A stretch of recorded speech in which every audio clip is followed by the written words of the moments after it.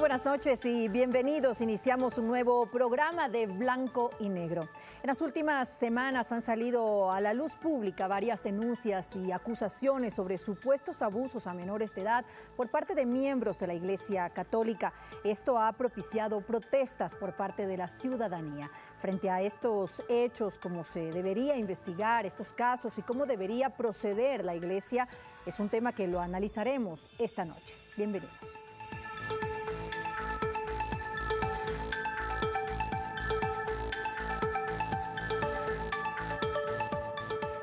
El sacerdote cuencano acusado de abusos sexuales fue entrevistado por el delegado del Vaticano y se declaró inocente. El acusado critica al Papa Francisco por haber pedido perdón a las víctimas de estos delitos cometidos por integrantes de la Iglesia Católica en el mundo. Las declaraciones del sacerdote César C. las hizo públicas una revista de circulación local. Allí se transcribe el texto de la entrevista que mantuvo el investigador Jorge Ortiz de Lascano con el acusado de abusos sexuales y en el que César C. apunta lo siguiente. Soy total y absolutamente inocente y no tengo nada que ver con lo que se me acusa y tampoco me interesa. Afirma no reconocer a los denunciantes. En el mundo de la educación por mí han pasado más de 40.000 alumnos. Recordarlos con nombre y apellido sería bastante peregrino. Durante el diálogo con el investigador delegado del Vaticano, el sacerdote César C. niega ser homosexual y afirma no haber abusado de sus alumnos. Me parece que en el tema de los abusos hay cierta complicidad, puesto que aquel que quiera mantenerse íntegro no permite que el abuso tenga lugar. Finalmente critica al Papa Francisco. Me llama la atención que el Papa Francisco descienda y se ponga a la altura de los malhechores pidiéndoles perdón. Familiares de una de las presuntas víctimas del sacerdote reaccionaron. En la historia y en todos los casos en los que ha habido pedofilia de parte de los sacerdotes, ninguno se ha declarado culpable. En el juicio él va a tener que demostrar ante el Vaticano lo que él está diciendo. Del informe que realiza Ortiz de Lascano se desprende que los testimonios de las víctimas son verosímiles. Se remite a la mayor brevedad los autos a la Congregación para la Doctrina de la Fe, pues las denuncias tienen fundamento probatorio. La Arquidiócesis de Cuenca, a través de un comunicado, rechaza que el documento con la declaración de César C. se haya filtrado y afirma que fue violada la confidencialidad del proceso. Advierte además de la gravedad de las actitudes del acusado César C. En el año 1981, el municipio de Cuenca entregó al sacerdote la insignia Hermano Miguel por su labor educativa. Ese reconocimiento fue retirado por decisión unánime de la actual administración debido a las denuncias de abuso sexual que pesan sobre el religioso.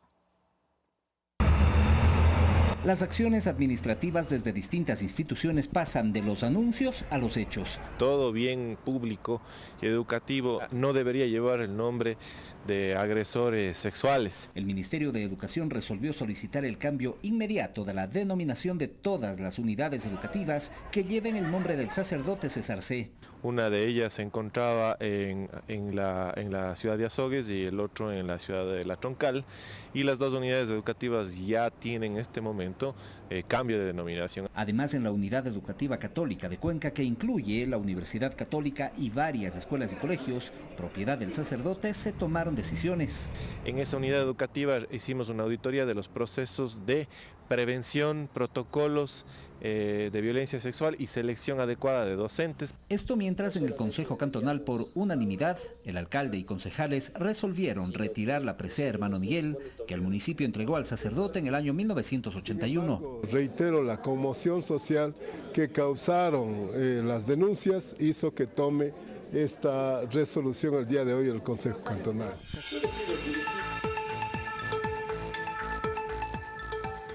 Nuestros invitados en blanco y negro para analizar este tema son la doctora Martina Rápido, abogada especializada en los derechos humanos, y también José Ignacio López Vigil, teólogo coordinador de Radialistas Apasionadas y Apasionados. Hacemos una breve pausa y enseguida continuamos con el desarrollo del tema junto a ustedes. No se vayan.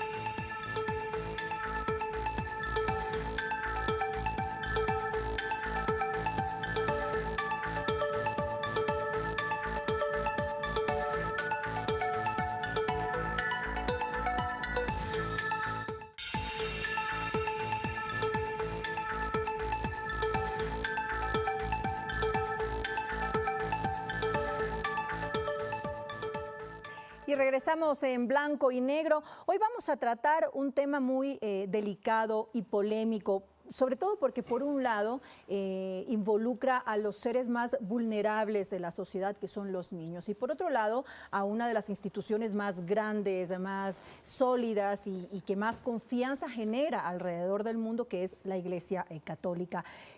Martina, ¿por qué las víctimas se esperan tantos años, incluso décadas, para contar sus historias? Bueno, María del Carmen, muchas gracias por la invitación. Yo creo que el silencio de las víctimas se da sobre todo porque como sociedad no los escuchamos. Generalmente cuando sabemos de un caso así, el círculo cercano de las víctimas no les cree, les echa la culpa. Como vimos, les tratan de malhechores, que es su culpa, que ellos hicieron algo mal. Entonces, esta presión de la sociedad de estigmatizarles, de hacerles sentir como ellos son los culpables de lo que les ocurrió, hace que las víctimas guarden silencio y no se sientan cómodas a hablar. Por temor al rechazo. Exacto, por el temor al rechazo, y también pensemos en qué épocas, cuando son niños, estas cosas pasan en un círculo de confianza, con gente que ellos creen que son lo mejor que les ha podido suceder, sus maestros, sus guías espirituales o incluso desafortunadamente su propia familia. Entonces, como es gente tan cercana a ellos no los reconocen como agresores inmediatamente, sino cuando pasan los años y se dan cuenta de lo que realmente les ha sucedido. José Ignacio, ¿cuál es el proceso que sigue la Iglesia ante las denuncias? Porque es sorprendente que las víctimas, ya cuando deciden contar su historia, no lo hacen ante las autoridades civiles, lo hacen ante las autoridades eclesiásticas. ¿Cuál es el proceso que sigue entonces la Iglesia? El proceso es hacer una denuncia, pero resulta que en las gavetas del Vaticano se guardan cientos de esas denuncias que nunca fueron tramitadas. Juan Pablo II conoció infinidad de casos. Menciono el de Marcial Maciel, fundador de los Legionarios de Cristo, un pedófilo empedernido, un canalla. Y Juan Pablo II le daba tortas por el cumpleaños, conociendo perfectamente las canalladas. Entonces se tramita, pero todo queda en el gran silencio. Vaticano con Francisco ha cambiado un poco, no mucho, las cosas. Pero esto, ¿hasta qué punto ha menoscabado justamente la imagen de la Iglesia? Porque a ellos mismos les ha afectado no tanto el hecho de los abusos sexuales, sino más bien la posición que ha asumido la Iglesia Católica frente a los abusadores. Pero mira lo que ha pasado en Chile. Francisco fue a dar una misa en Osorno, donde el obispo Barros, que es un cómplice total del cura Caradima pedófilo empedernido, y cuando sale Francisco de Chile, la gente súper molesta y él dice, denme pruebas. ¿Cómo un niño abusado cuando era niño va a dar? ¿Qué pruebas va a dar? Reconozco que Francisco, cuando llegó a Roma, se dio cuenta de la metida de pata y está tratando de sacarlas. Por lo menos está sacando unos cuantos obispos chilenos, cómplices y pedófilos también. Martina, ¿cuántos casos se han registrado aquí en nuestro país que hayan sido denuncias que ya hayan pasado a la justicia ordinaria? ¿Cuántos casos conocidos hay? ¿Hay algún dato de esto? Y además, ¿se han resuelto por esa vía?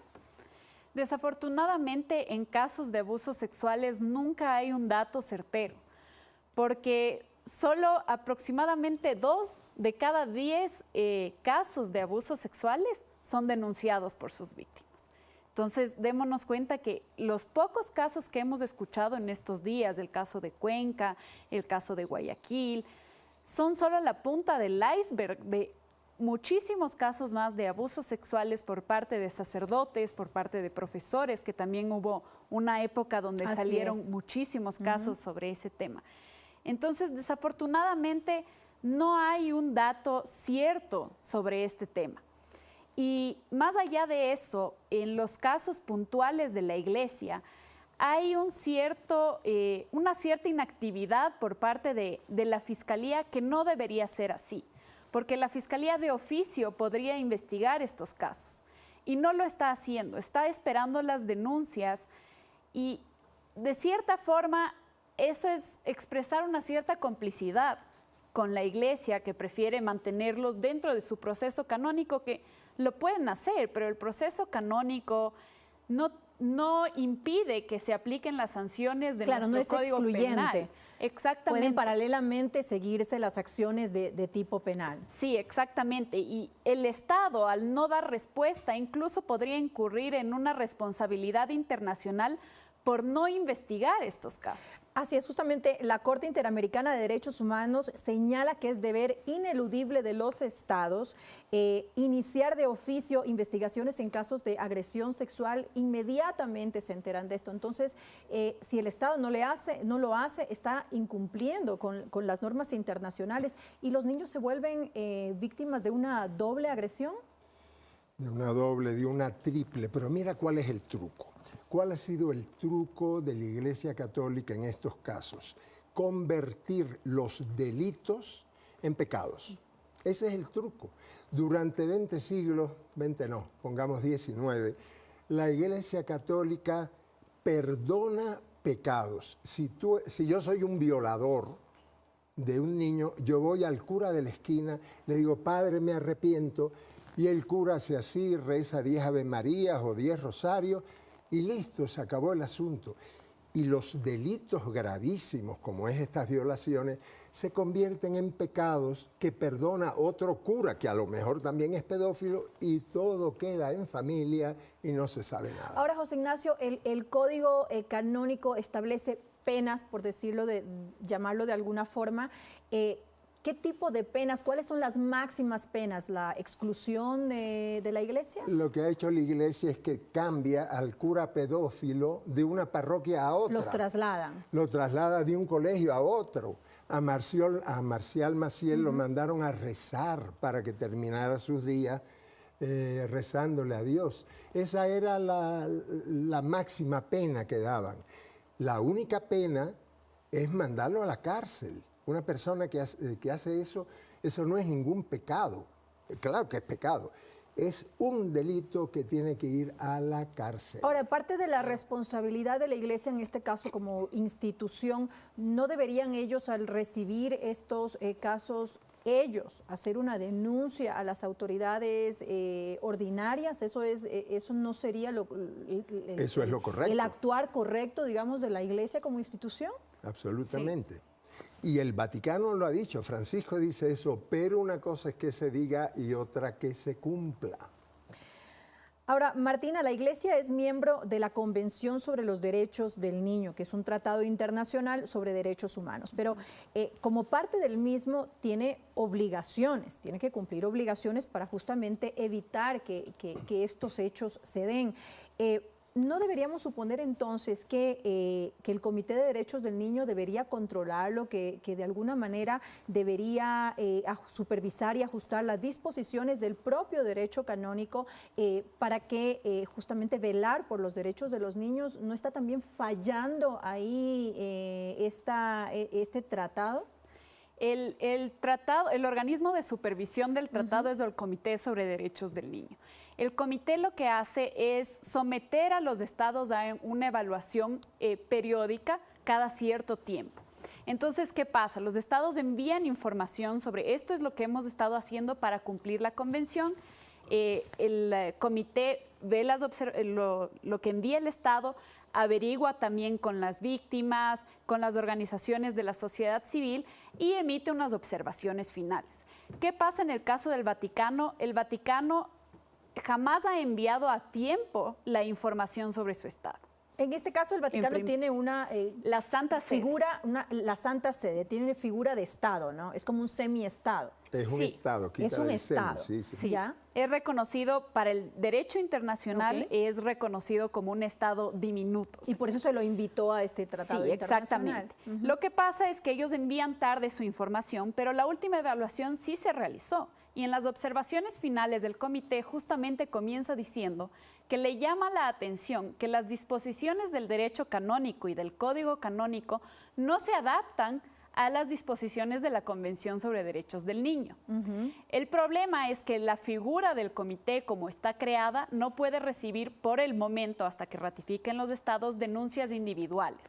Entonces, hasta el punto máximo donde puede llegar el comité es a estas observaciones y recomendaciones a los estados. Ok, es decir, no puede llegar más allá. En este caso, la Santa Sede, el Vaticano, deben decidir sobre si se cambia el código canónico o se lo deja exactamente igual, pero eso es una decisión propia de ellos. No hay manera de obligarlos a que cambie eso. No es estrictamente vinculante, pero en el próximo periodo de evaluación, justamente el comité le va a decir, ok, estas fueron mis observaciones y mis recomendaciones, ¿qué han hecho ustedes para cumplirlas? Y lo que llama más la atención en esta evaluación del Comité de Derechos del Niño sobre la Santa Sede es que ellos dicen que a partir de los comités de evaluación nacionales se ha podido determinar que la Santa Sede ha tenido una política de no responder hacia los abusos y violaciones sexuales a niños y más bien se ha dedicado a mover de una parroquia a otra los sacerdotes y hace un llamado a la Santa Sede para tomar acciones al respecto.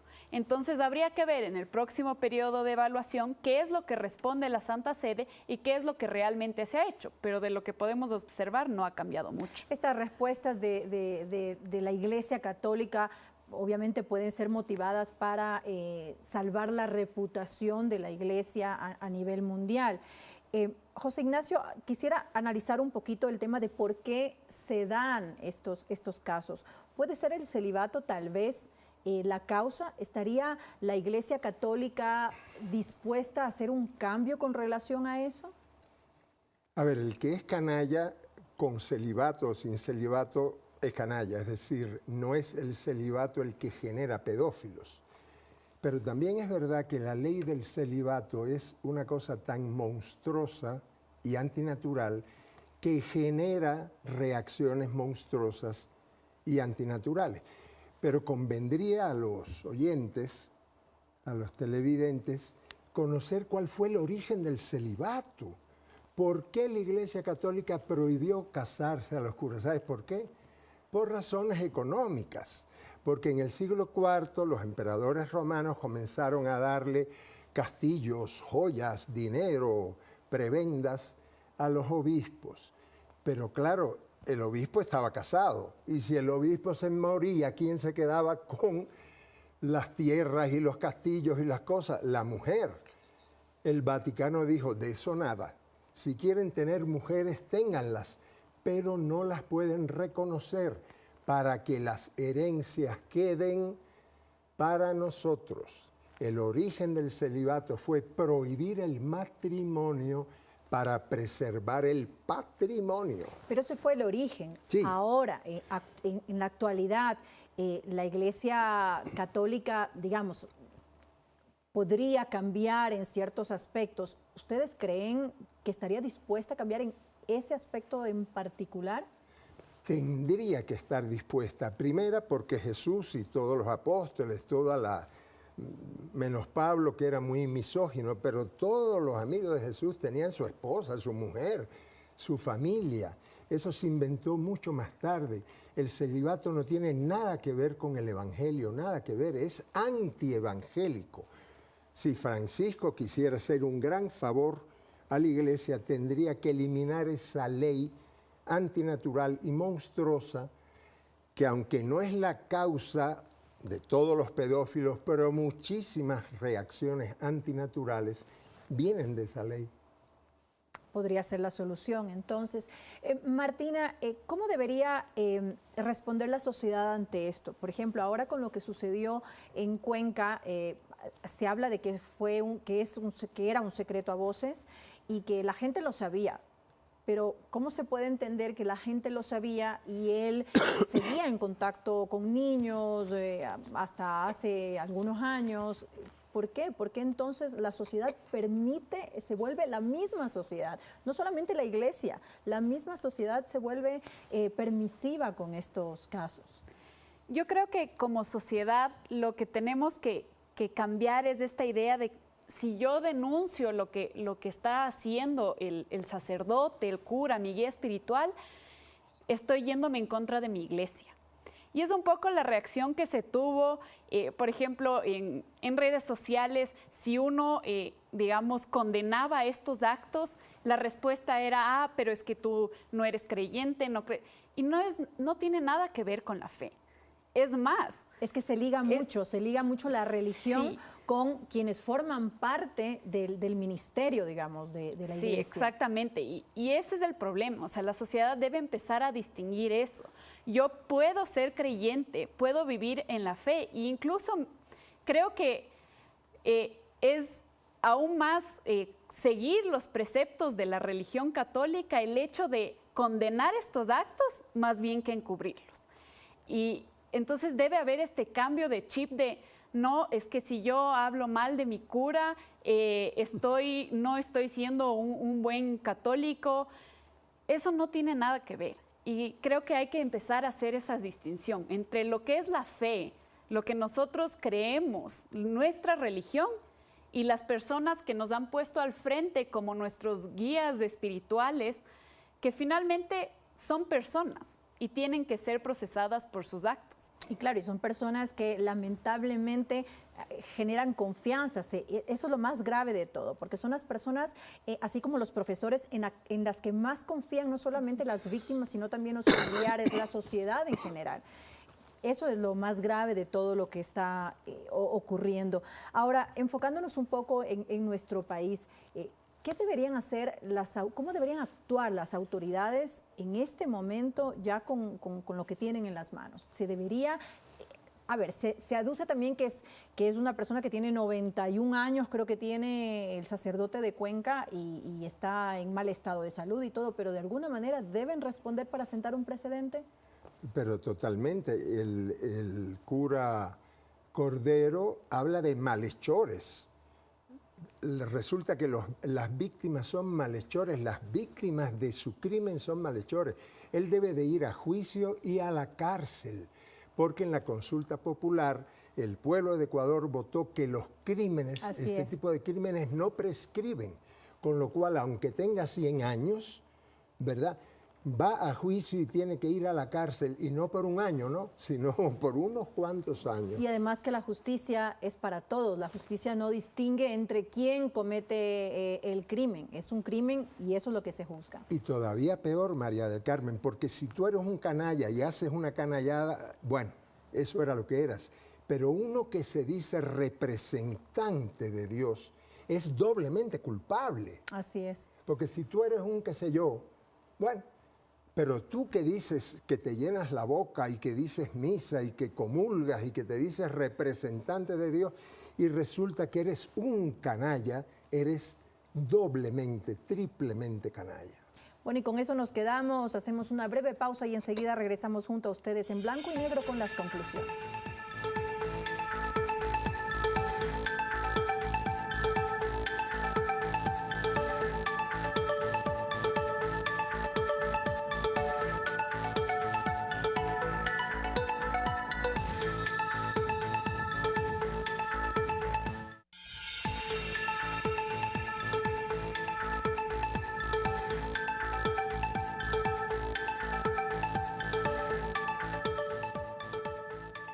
Bueno, y regresamos con nuestras conclusiones. ¿Qué debemos hacer para que esto no ocurra?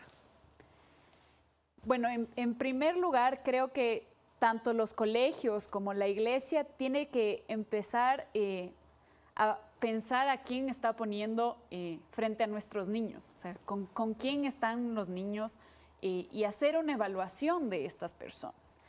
Pero más allá de eso, creo que debe ser una respuesta como sociedad. Tenemos que empezar a rechazar esto apenas lo sepamos. No es posible que haya, justamente estábamos hablando de esto antes, hay investigaciones periodísticas, por ejemplo, como la de Spotlight en el Boston Globe, donde se saquen cientos, 200 casos de encubrimiento de curas que que violaron a niños, que incurrieron en abuso sexual, y luego la sociedad no reaccione frente a los funerales que se hacen al cardenal Bernard Law en el Vaticano, después de que incluso una investigación ha sacado a la luz esto. Yo creo que como sociedad tenemos que volvernos completamente intolerantes a estas acciones. Incluso cuando hay duda, debemos exigir que esa persona sea apartada, que no siga dando clases o misa o con los grupos juveniles hasta que se aclare esa situación. Porque los dejamos ahí con las víctimas, como está pasando, por ejemplo, ahora en la Universidad Central, los dejamos que sigan teniendo contactos con las víctimas y eso genera que al mismo tiempo las víctimas no se sientan cómodas en hablar. José Ignacio, las conclusiones finales. A mí me gustaría recordar las palabras de Jesús, de Jesucristo, sobre este asunto, porque Él habló. Él habló.